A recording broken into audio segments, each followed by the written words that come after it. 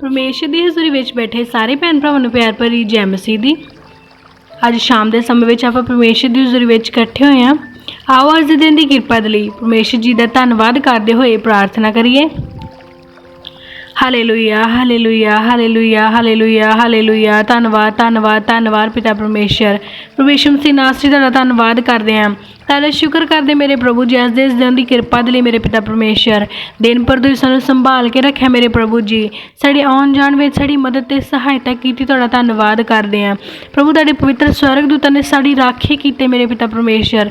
साडे रास्ते नूं सीधा कीता मेरे प्रभु जी।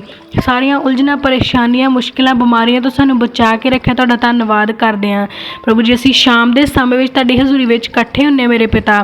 तुहाडे पाक वचन नूं पढ़न और सुनन लई जा रहे मेरे प्रभु जी। साडी मदद करना मेरे पिता कि दिता होया अज दा इह खास वचन साडे हिरदियां दे अंदर जमा हो जाए और साडे लई आशीष ते बरकत दा कारण बने। और कोई भी शैतान दी शक्ति इस सुंदर समय नूं साडे कोलों चुरा ना पावे। असीं ये मंगदे हां साडे प्रभु यीशु मसीह जी दे नाम विच, आमीन। अज आपां परमेश्वर दे वचन चों जाणांगे पहला कुरंथियों दे 1 नंबर अध्याय दी 18 तो लैके 20 नंबर आई तक। सलीब दी कथा तां उन्हां दे लई जिहड़े नाश हो रहे हन मूर्खताई है, परंतु साडे लई जिहड़े बचाए जांदे हां वो परमेश्वर दी समर्था है।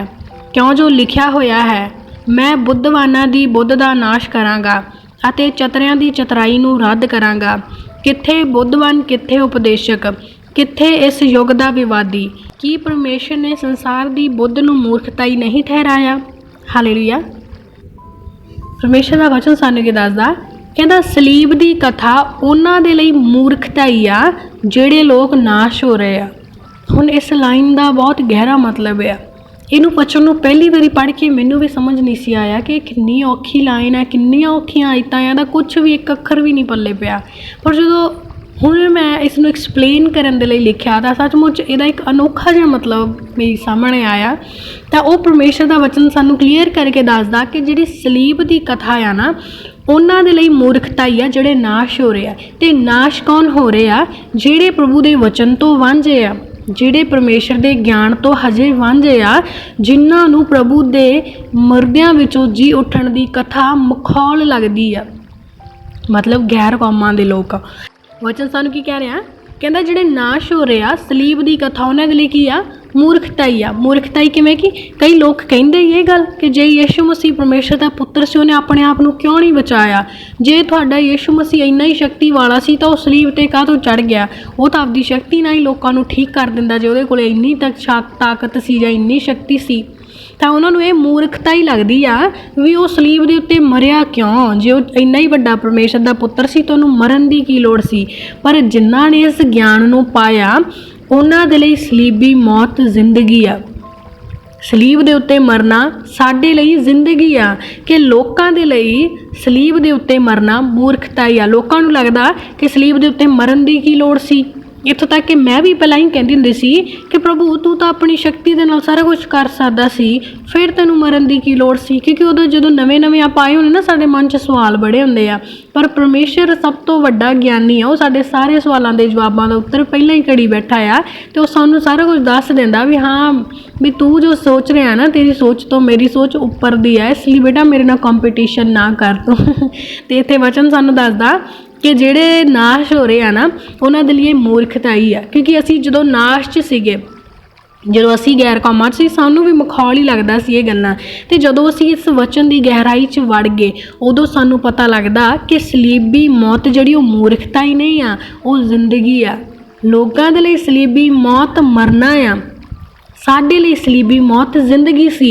हुण स्वर्गवासी शब्द नूं ही अगर असीं लईए तां लोकां दे लई स्वर्गवासी शब्द दा मतलब अंत आ, खत्म आ, मर चुका आ।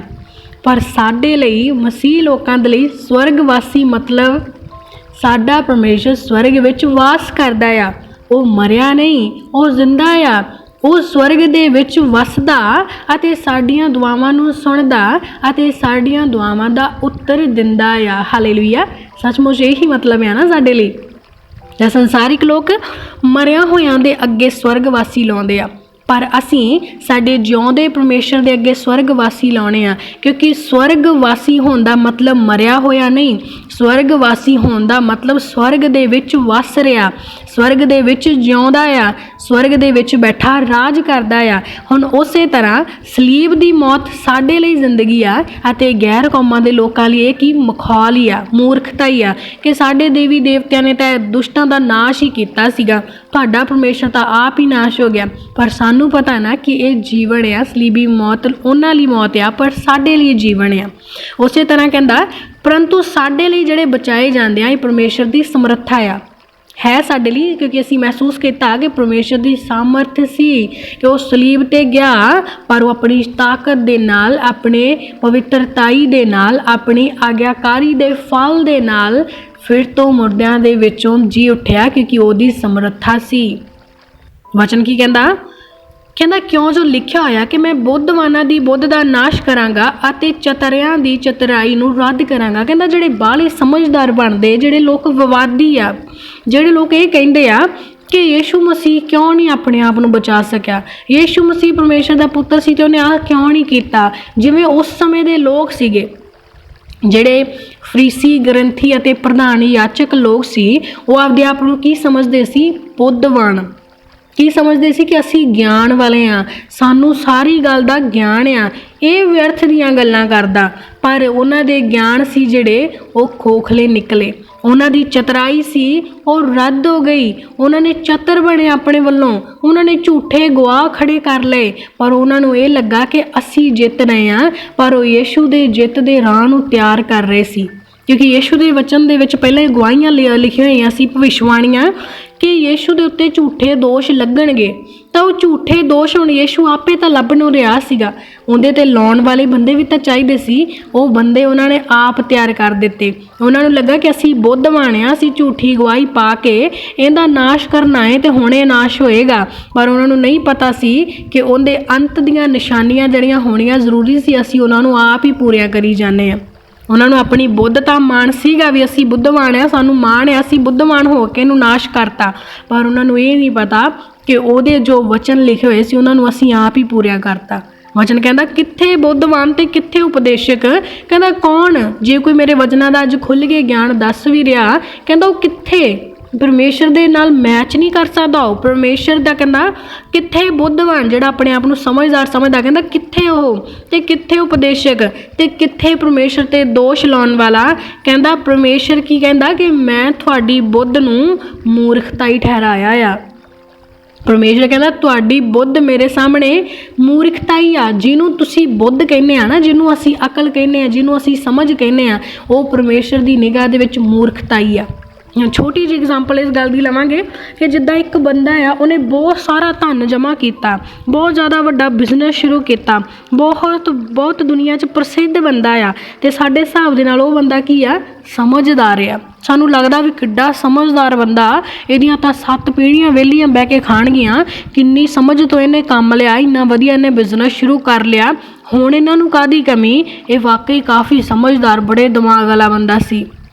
पर परमेश्वर की निगाह चो कौन आ, मूर्ख आ, क्योंकि उन्हें धरती का धन इकट्ठा किया, जिन्हों जंगाल लगता, चोर चुराउंदे, टेंशन वधदी, साडी चिंता का कारण बनता, उन्हें वो धन इकट्ठा नहीं किया जिहड़ा स्वर्ग च वधदा आ। ते परमेश्वर दे लई धरती का धन मिट्टी आ, ते साडे लई धरती का धन नहीं सब कुछ आ। इहदा मतलब साडी बुद्ध ते परमेश्वर की बुद्ध का कोई मैच ही नहीं हैगा। की उपदेशक ते की बुद्धवान। उपदेशक कौन होंदे, प्रभु के वचनां नूं दस्सण वाले। परमेश्वर ने उन्हां नूं भी की कहा कि की आ मेरे सामने कुछ भी नहीं, कहंदा वो सिर्फ अपनी समझ के हिसाब दे नाल या फिर जो वो कुछ समझते आ वो दस रहे आ। की ये विवादी कहंदा जिहड़ा मेरे ते दोष लाउंदा कौन आ मेरे सामने, कुछ भी नहीं आ। कहंदा उन्हां सारियां दी बुद्ध मेरे लिए मूर्खता आ, क्योंकि मेरी बुद्ध का कोई मैच नहीं आ, मेरे नाल मेरी समझ नूं कोई समझ नहीं सकदा।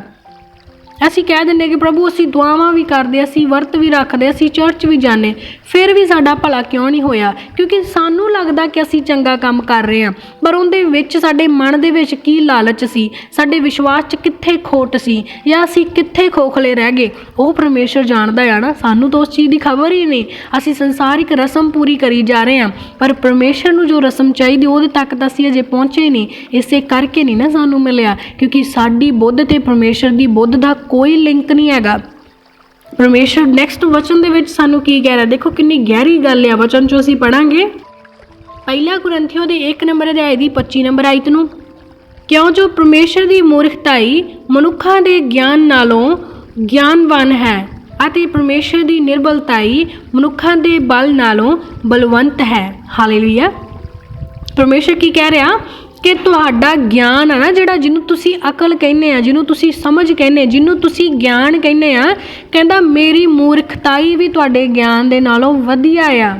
कहंदा कि तुसी सही काम कर रहे हैं, तो कहंदा जे मैं गलती भी कर देवां ना, वो भी किते ना किते सही काम निकल आएगा, वह भी किते ना किते मैच हो जाएगा, पर तुहाडे सही कामां दा भी कोई मैच ही नहीं हो रहा मेरे नाल।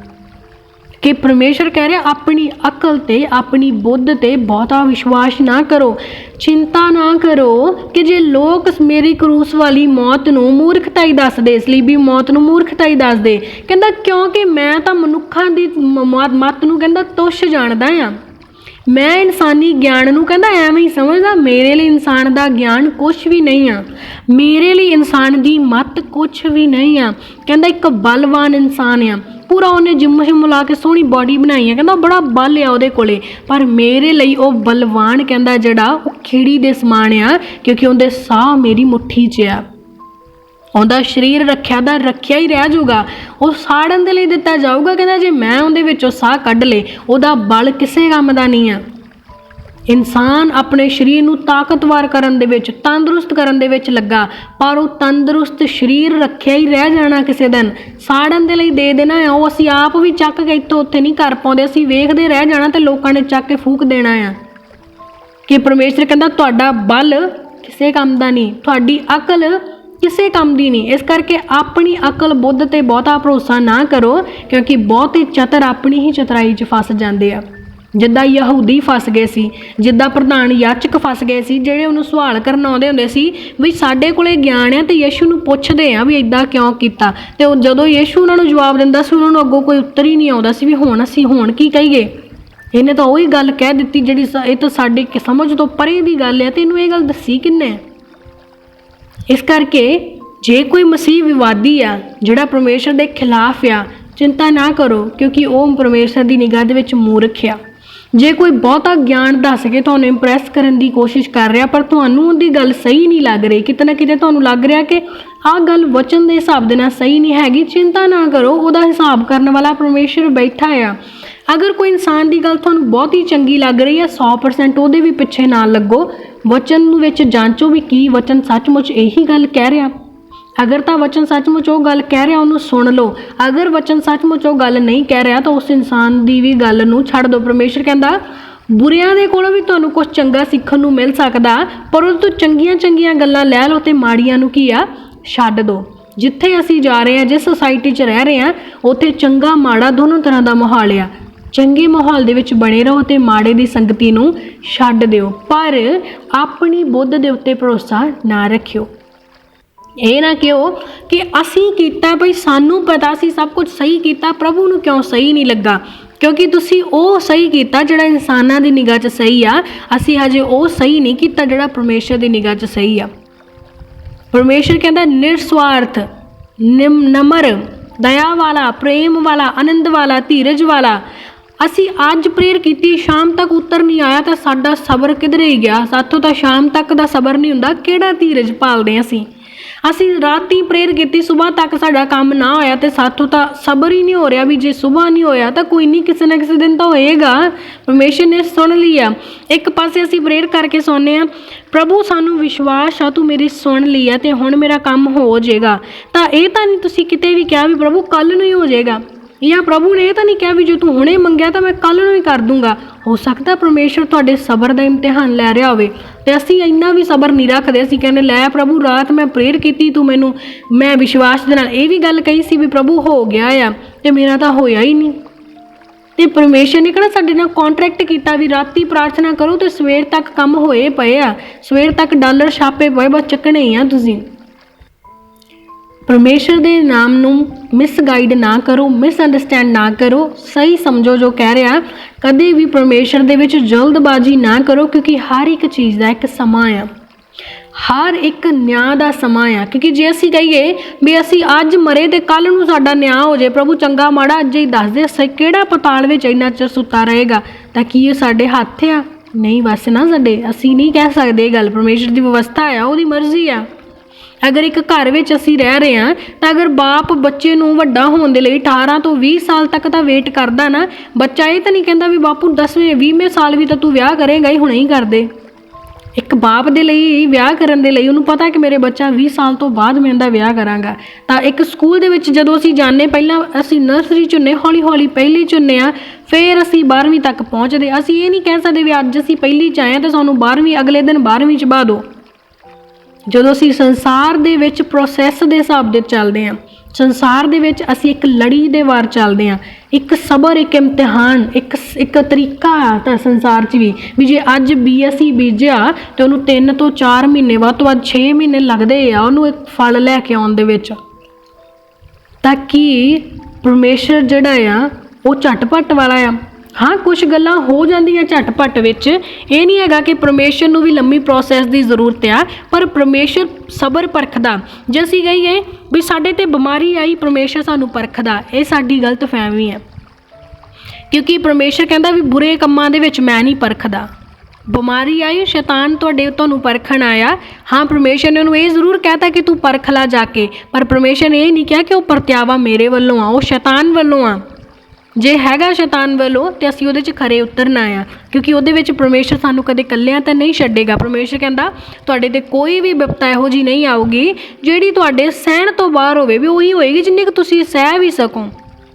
उस तरह प्रभु का वचन सानूं दसदा कि बहुता ज्ञान, बहुती जल्दबाजी ना रखो, तुहाडा समझ, तुहाडी बुद्ध, तुहाडी ज्ञानता मेरे सामने तुच्छ आ। कहना जिहड़ा तुहाडे लई ज्ञान ते बुद्ध की गल लगदी, कहंदा मैनूं वो मेरी मूर्खताई नालों भी किते छोटी लगदी आ। मेरी मूर्खताई भी कहंदा किते ना किते सही काम कर जेगी, पर तुहाडा ज्ञान वो काम नहीं कर सकदा। इसलिए आपदे ज्ञान ते भरोसा ना करो, सबर करो, धीरज करो, दयावान होवो ते दया की तलाश करो। जे सानूं परमेश्वर तो आशीष चाहिदी आ तां सानूं उहदे लई सबर करना ही पवेगा। और सैकेंडली कि सानूं अपनी समझ दे हिसाब ते हंकार नहीं करना कि बई इन्ना समा मैं प्रेयर कीती रब्बा क्यों नहीं सुनिया, मैं तां किसी दा माड़ा भी नहीं कीता रब्बा क्यों नहीं सुनिया।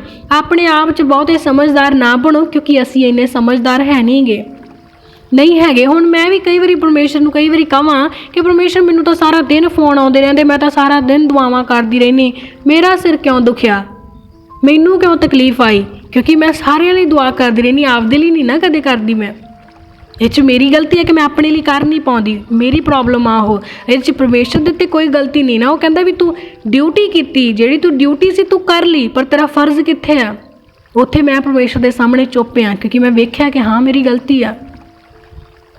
इस तरह जदों परमेश्वर ने सानू शीशा दिखा दिता, शर्मिंदगी सानू ही महसूस होनी है, इस करके वो काम ही ना करो जिहदे नाल शर्मिंदगी महसूस होवे। बहुते बुद्धवान, बहुते ज्ञानवान अपनी निगाह दे विच खरे ना होवो, क्योंकि असीं सारे दे सारे ही गलतियां दे पुतले हैं। इस करके परमेश्वर कहंदा कि जिन्हां लई कथा सलीब की कथा मूर्खता ही आ, उन्हां नूं रहण दो, पर साडे लई परमेश्वर की सामर्थ आ। इस करके बहुते बुद्धवान ना, बहुते उपदेशक ना, विवादी ना, बहुते समझदार, बस ये चिल होके परमेश्वर च बैठे रहो कि प्रभु दुआ करती आ, सानू विश्वास उत्तर देगा, जदों दे देगा उसदी मर्जी आ। कि परमेश्वर मैं तेरे अगे दुआ करदा कि मैनू रोगां तो आज़ाद कर, ये नहीं भी अज ही कर दूगा, पर यह भी नहीं कि हो सकता 6 महीने लगे, हो सकता उस दिन ही कर दे, उसकी अपनी मर्जी आ।